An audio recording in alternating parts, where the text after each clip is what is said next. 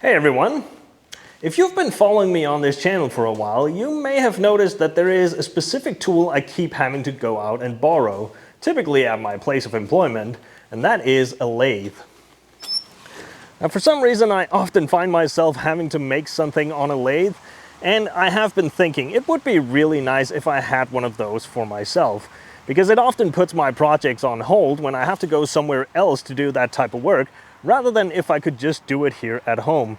And also, if I had one here, it would make it much easier for me to put in some time and actually learn to use those, because I don't have all that much hands-on time on one of those machines. Now, I've actually found one that I can have for a pretty reasonable price, because like anything I buy, it is of course an old neglected piece, but that's fine with me. And the guy who has it, he doesn't really know anything about it. It was just thrown in on a deal he made, so he really just needs to get rid of it, so I could have it for just a little over scrap price. But because he doesn't really know anything about it, and I only had a couple of pictures to go off, that means I don't really know anything about it either. But what I do know is that lathes are really heavy, so we're probably going to need a heavy vehicle. Let's go pick it up.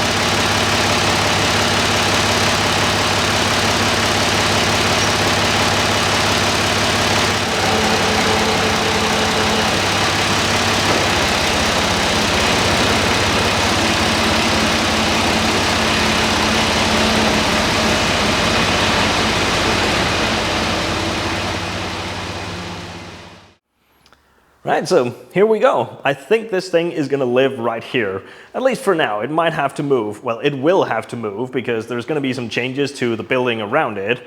And also, I was really thinking about putting this over in my heater boiler room, or maybe over in the garage, because those rooms are already heated, so that it would be much more suited for something like this. And it doesn't necessarily have to be over here. I don't think I'm going to need it that often. So it would be a little more out of the way over there, but I just don't have the 3-phase 400-volt power over there, so I'm gonna have to do some electrical work before it can move over there. But before we even get into the final installation of this, we first have to figure out what this is, if it even works, and whether or not it's even worth holding on to. So as I probably mentioned in the beginning, the guy who had this, where I just picked it up, he didn't know anything about it. He was not a machinist. He had simply gotten this as part of another deal. So he had not even been trying to use this or anything. It was just sitting there. We did, however, hook some power to it. So I have seen it spinning. I know the motor works and I know the spindle will turn, but that's really about the extent of it. Now, before I just went out and picked this up, I did get a couple of basic pictures of this thing and initially guessed it may be one of those old Eastern Soviet machines, simply based off this relatively square design and also this green color, and I estimated it was probably from around the 50s to 60s, thereabout. Now, you're not going to be able to tell from this video, but in between when I moved this in here and the stuff that I'm recording right now, it has been a couple of days. I haven't really touched this at all, but I have been doing a little bit of research, and I did manage to find out exactly what this is. Now, it does have a name plaque on it up here, but that is just the importer and reseller here in Denmark, so that didn't really give me anything to go on. My first real clue was when I started to look at some of all the text on this, because everything is written in German. So I could only assume that this was actually a German machine. But unfortunately, this has clearly been repainted. Not only can you see the brush strokes, but you can also tell they painted over some of the old crumbling paint. And what they did in the process was they painted right over this as well. This was most likely the logo of the manufacturer. And I couldn't really find anything else, so I had only that little information to go on, that it was a German machine, most likely a round logo for the manufacturer, and a few other unusual features, such as the speed control being on a dial rather than a lever. So with that little information, I started looking around for some info. Now, there is a website called lathes.co.uk. I have no affiliation with them, but they were a great help in finding out what this is, because not only do they have an extensive catalog on old lathes and similar machinery, it was the only place on the internet I could find anything about this, even after knowing the name. So what I found was that this was made by a smaller but apparently pretty good company named after its founder, Alfred Eriksson. And this series was the Imato series, and this model is the 180DN. And it does turn out I was pretty spot on with my age assessment, as these things did come about in roughly the 50s, but it's not really clear how long the production run was, so this thing might be newer. I'm not entirely sure. There is a few differences between this and the old pictures that I found. And the 180 in the name, that refers to the spindle height, as you have 180 millimeters from the deck to the center. So that's roughly 7 inches.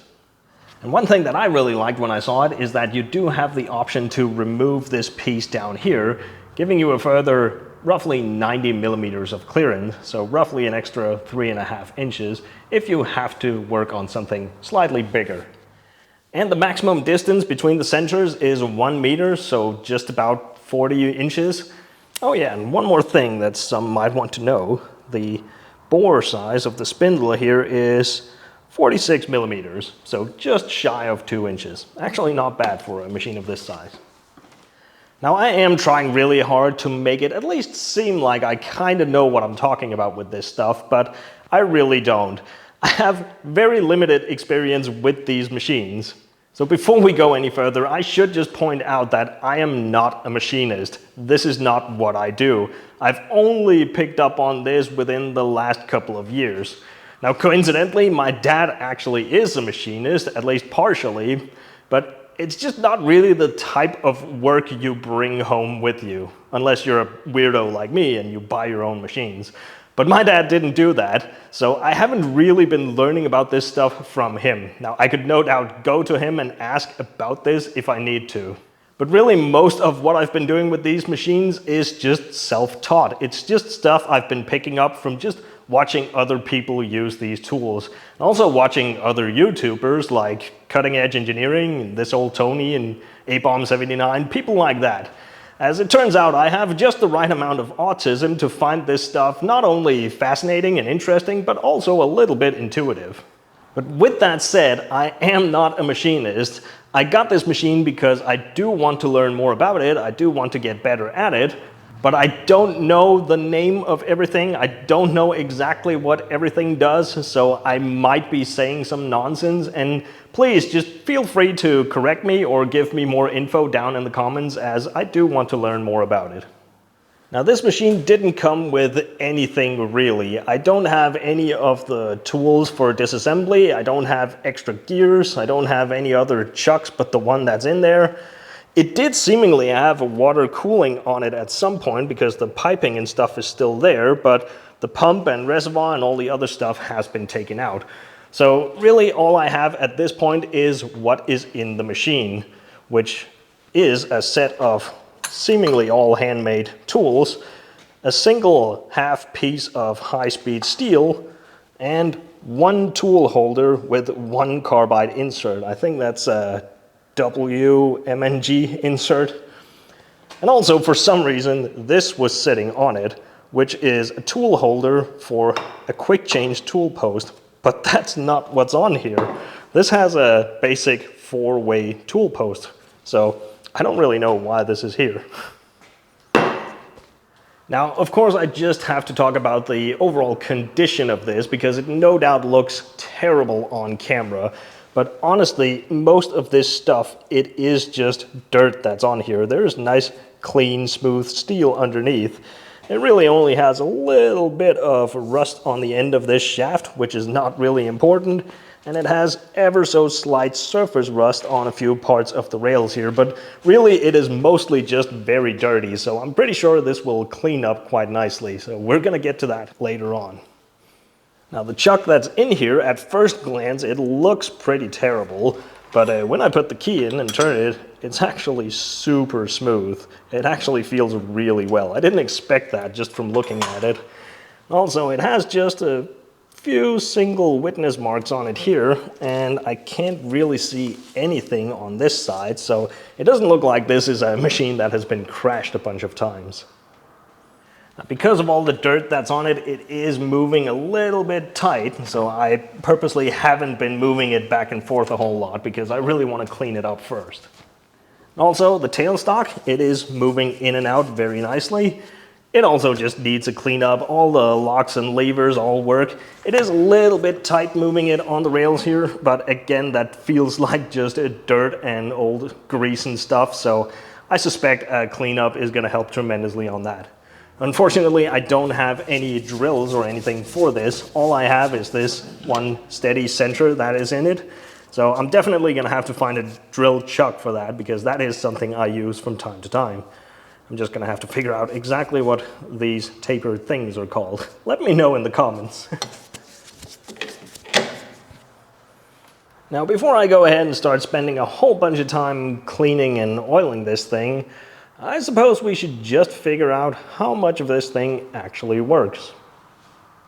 So, as for the controls, at least what I have found so far, is you have your classic on and off here, and also on the, what do you call that? The carriage?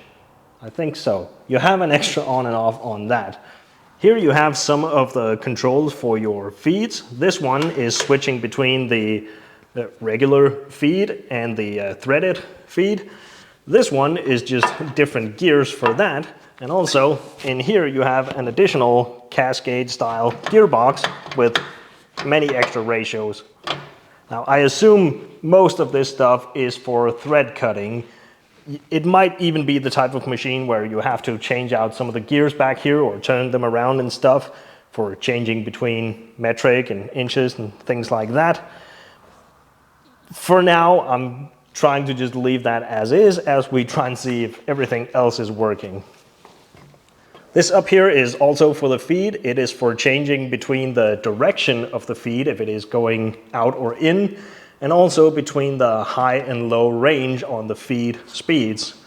This handle down here, I'm not entirely sure about, but it does have something to do with the speed controller up here. This is for the RPMs of the spindle, and right now I can't change the range, but if I move this over, I can change it and then re-engage it. So I'm guessing this here is a clutch to engage and disengage the electric motor, but we'll see about that. Now the speed control also has a high and low range. Right now we're on the outer circle here. It's a little hard to see because it is worn, but on the inner circle there's an additional set of numbers. That is for the low range. And the way you change between high and low range is a bit interesting because you have to physically move the gears inside of here, but it's actually not that complicated. Unfortunately, the hinges are broken on this lid, so this is just going to come all the way off. Now this is not an oil type gearbox, mainly because the belts are running all the way up in here, so if you had oil splashing around, those would disintegrate very quickly.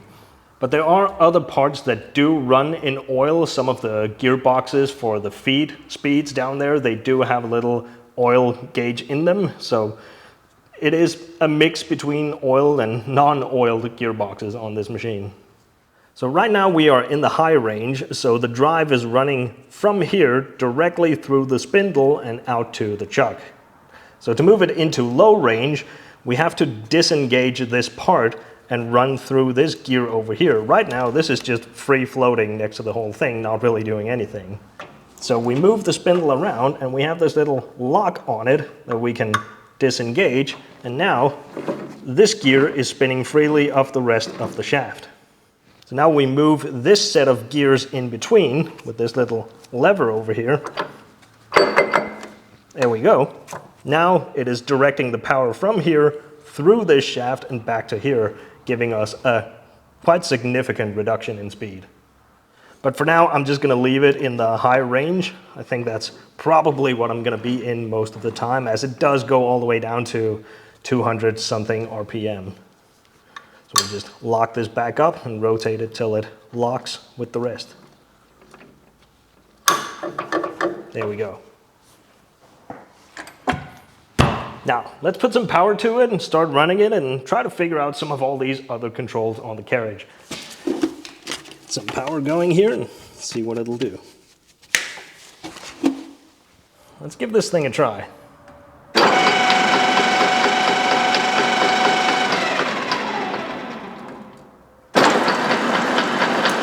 It does move in both directions, but really this is what I had already seen. So right now we are running this feed, so I should be able to move the carriage, which should be this one.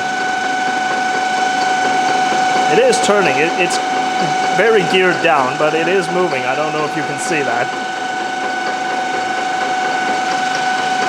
Let's try it on the other spindle here. That didn't do the trick. Oh, it wasn't fully engaged. Okay. All right. And that should be this lever. Oh yeah. That's moving a bit quicker. Very nice. And I know it is a little bit noisy, but really that's to be expected when this is not running in oil. I bet the mic is picking it up really badly. I do hear a little bit of a clacking sound in here. I don't really see anything up here that would cause it to be clacking and stuff, but the whole thing is clacking a little bit. Maybe it's just with this little lock pin in between this gear and the shaft. By the way, we do also have an entire extra gearbox out here on the end of it. All of this is for the feed drive down here, but this is also open like this, so this may also be what's making some of the noise, but it doesn't really sound like it. It sounds like it's coming from up in there. Well, right now we are running it in the high range. Currently it's at 224 RPMs. Let's try and move this thing down into the lowest it'll go, just to see if we can do that. So we got to change the range up here. Move it over to unlock this, and move this over to engage.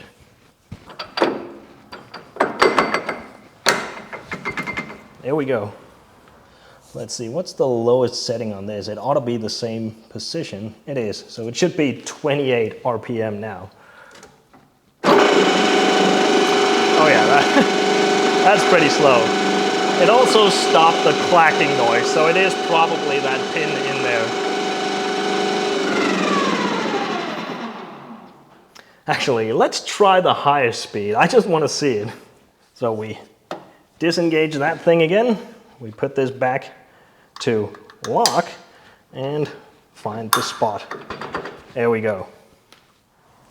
We move that over, and actually it's right next to it. Right there, that is 1400 RPM. That seems to be the maximum on this.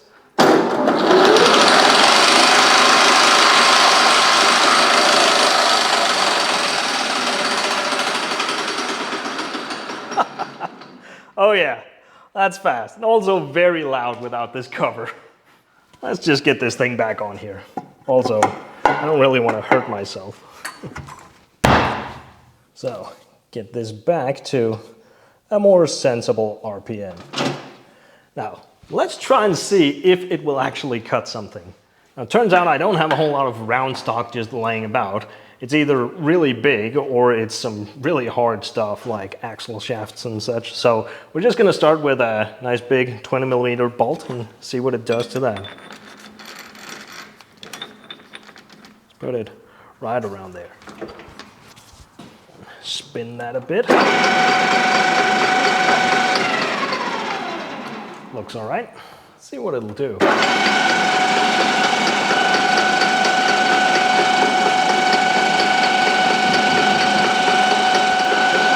Oh, right. My feet are still going the wrong way. All right, so I found one thing that does seem to be a little bit broken, because I was trying to switch the direction of my feet to have it go the other way, but this handle is missing something, so it's actually not moving the little reverse gear in there. All right, so this is going to be a bit difficult to film, but we'll try. So this handle, you can see it has like a little gear pattern on it. This is what you use to switch the feed from one direction, 1-to-1 or 8-to-1, or you can use the other direction in 1-to-1 or 8-to-1. So high and low range in both directions. But it is missing a little pin right down in there, so it's coming in and out of this gear shift groove. And also I think that pin was supposed to hold a shaft for the lower gear. So we're moving that gear right there. That is the high and low range from side to side. And the other gear down there, that is the reverse gear. So you have to move that in between. So to switch direction, first off, we would move this gear out a little bit, like that. And then it has to move the gear below it over to put that in between. But it's not quite, sometimes it's coming over there. And now it's not following that. So it's like it doesn't have a good grip on that shaft down there. I'll try and move it in manually just so I can change the direction and we can try to get this thing going. But we definitely need to find a pin for that and get all of this back in the right orientation. There. I think we got it. Yeah, I think we got it. Okay, let's try this again. So now my feet direction should be the other way. Oh yeah, here we go.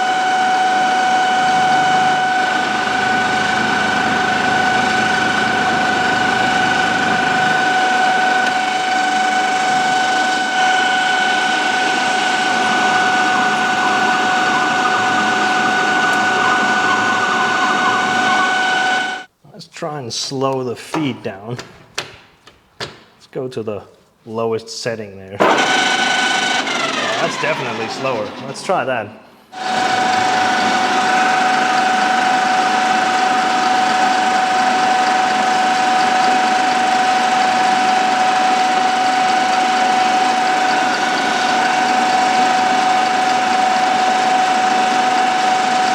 well, the finish on this, that's more my fault, not running at the right speeds and such. But yeah, overall, it all seems to be functioning correctly.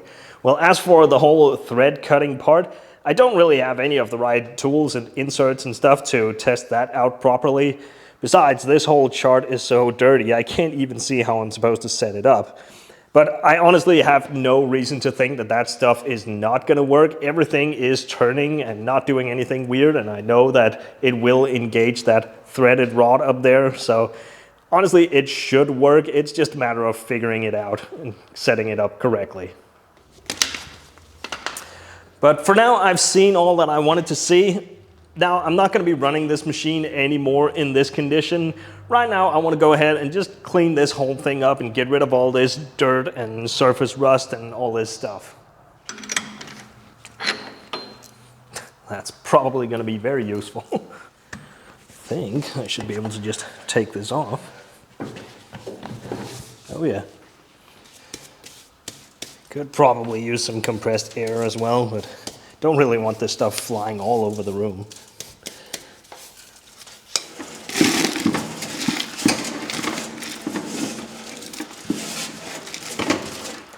The whole surface of this is just covered in this greasy, oily stuff, and it's really holding on to the dirt, so I'm just going to use some degreaser on it.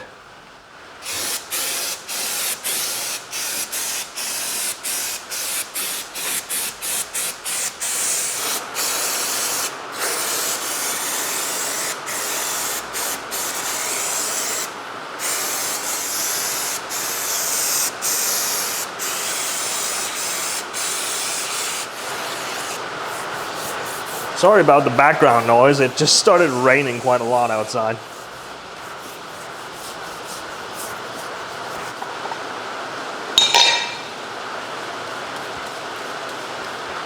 We'll just rinse it off a bit more with some of the good old brake clean.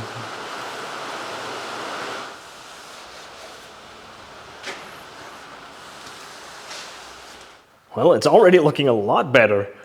Now for some of these parts that have a little bit of surface rust on them, I'm going to spray that down with some rust remover, let it sit with that for a bit, and then try and polish it up with some Scotch-Brite.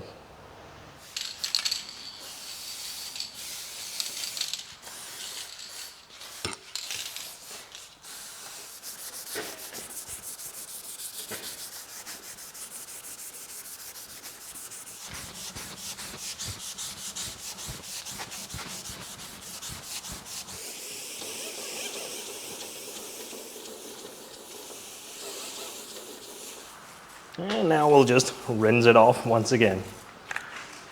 By the way, I'm also cleaning all this other stuff. I'm just not filming all of it.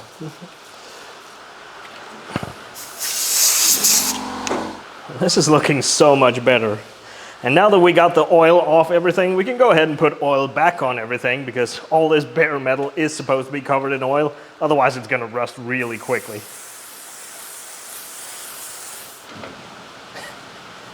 Everything is very smooth now. And I can read the numbers on things. That's probably going to be handy. And this is much smoother now as well.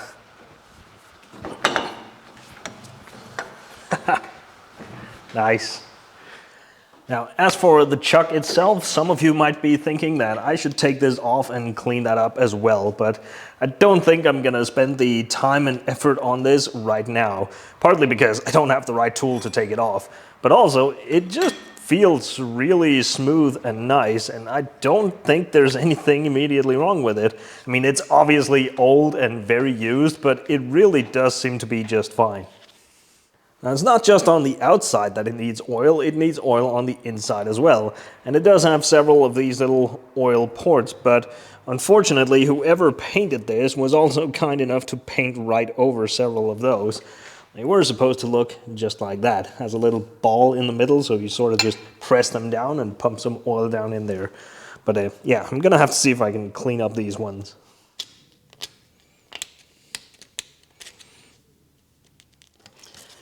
And you know, since these are all filled with paint, I can only assume that this has not been oiled ever since it was painted.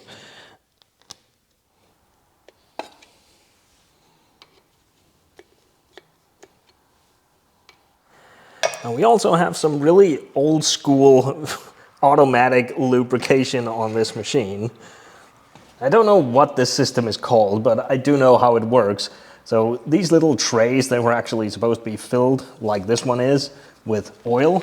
And then you have all of these little fabric filled worms. And they're going to be soaking up that oil, slowly having it drip down into all these little tubes that are going to run down and lubricate different gears and shafts and stuff. So give it something to work with.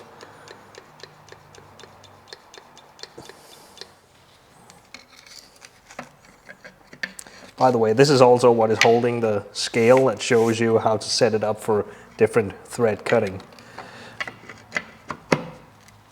And we have another 2 cups with that kind of lubrication. There's just a bunch of fabric down here, but that's because you have another one of those filled worms coming up. So we just fill this cup, give it something to eat, and we'll leave it at that. And we have another one back here.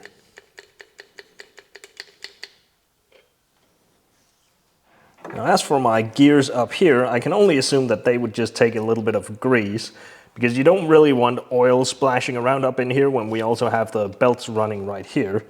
And also I can see there is grease on everything else. So I think I'm just going to give them a little bit of that and leave it at that.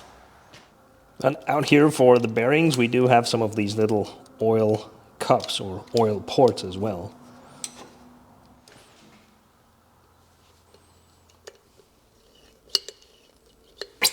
I did also put a bit of fresh grease on the gears in here, and we do have 2 more gearboxes down here and in here, and they are running in oil. They have these little inspection glasses on the side where you can see the oil level, and I can see there is oil in there. Now, I'm not going to go ahead and start doing oil changes and stuff. Really, as long as there is oil in there, they should be fine.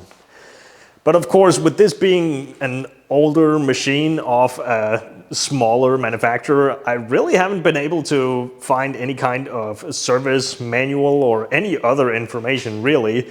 So I am just going off the best guess with all of these things. But I think that was just about all of the service points I could find on this. So with all of that sorted and things running smoothly, there is one more thing we have to look into, and that is the missing pin from this handle, the one that would go in that little hole and guide it along those grooves, because right now it can just run all over the place. Well, let's see if we can do something about that. See if I can even get down here and measure this. 6.3. Now, if only I had a machine that could make round things to a specific dimension. Now, I still have very limited tools to work with on this machine, so I'm going to try and make it easy for myself and just make this from a simple 8mm bolt, and we'll try and turn that down to those 6.3.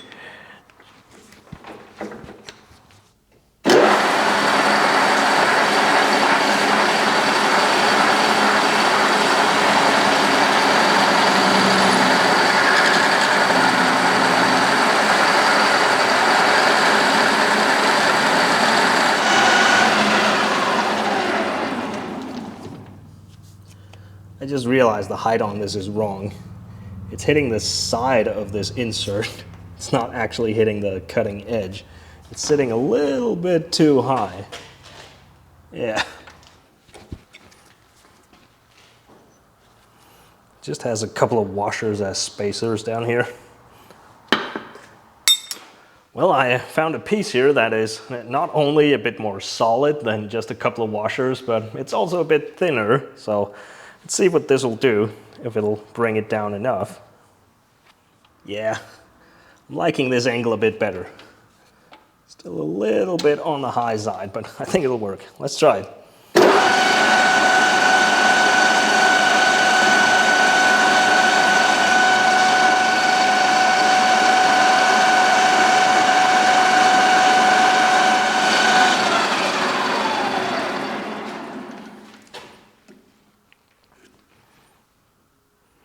That is pretty much right where it's supposed to be. Now again, I don't have many tools for this. I also don't have a parting tool, so we're gonna have to get a little bit creative and possibly medieval to cut this thing off of here.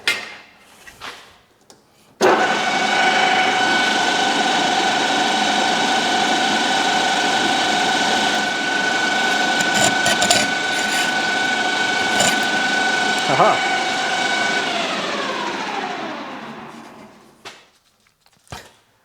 Well, here we go. That should do the trick. Now I'm hoping that this is going to fit nice and snug in here.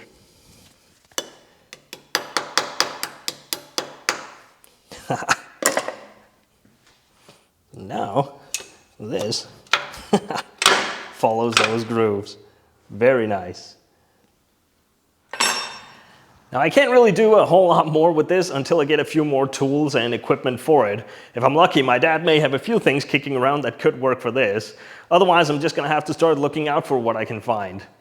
But I just wanted to take you guys along and show you that I was getting this, as I figured some of you might find it interesting. And also do let me know what you think. Is this old thing worth keeping around? I sure hope it's gonna come in handy. Thanks for watching along, and I'll see you in the next one.